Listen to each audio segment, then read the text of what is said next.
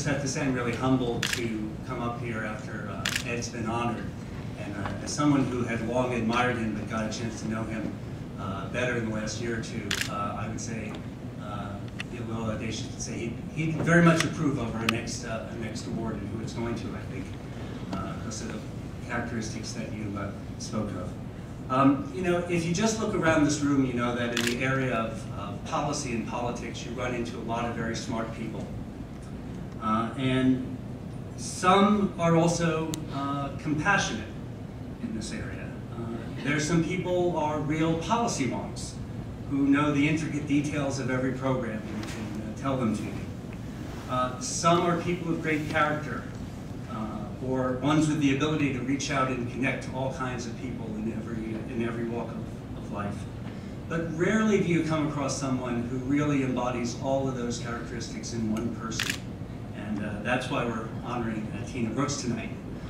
We were very lucky when nearly 4 years ago, Governor Deval Patrick met her, and I think he saw all those qualities in one person and realized that this was somebody he could put in charge of leading his efforts in a new administration to really carry forward some bold and ambitious policies.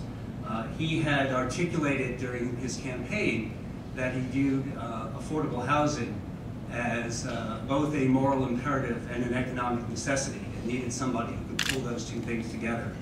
And happily for us, he turned to enlist the talents of Tina Brooks.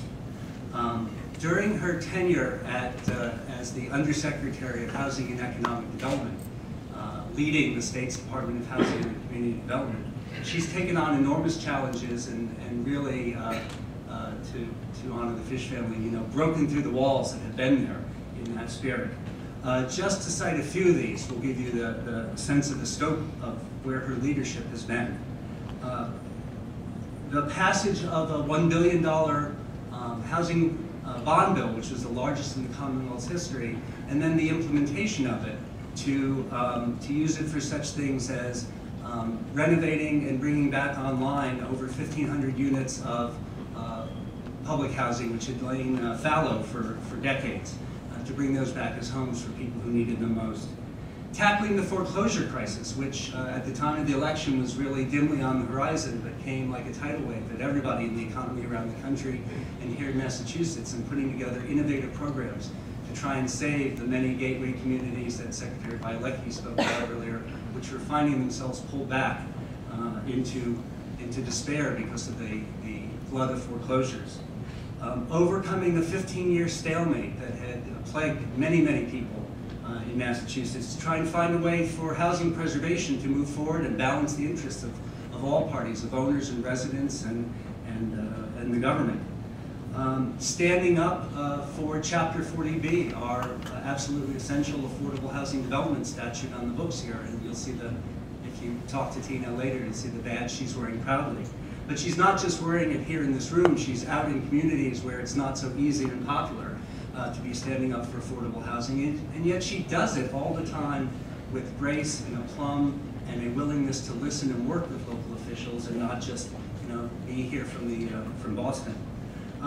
We could go on and on about the numerous accomplishments, but really we're honoring her not just for these accomplishments, but because she is a person of vision.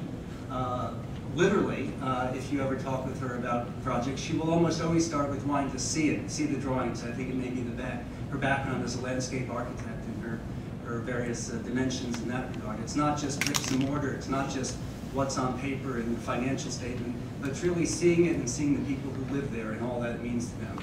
So I am very proud and pleased on behalf of NH&RA to award this honor tonight to our Undersecretary Tina Brooks.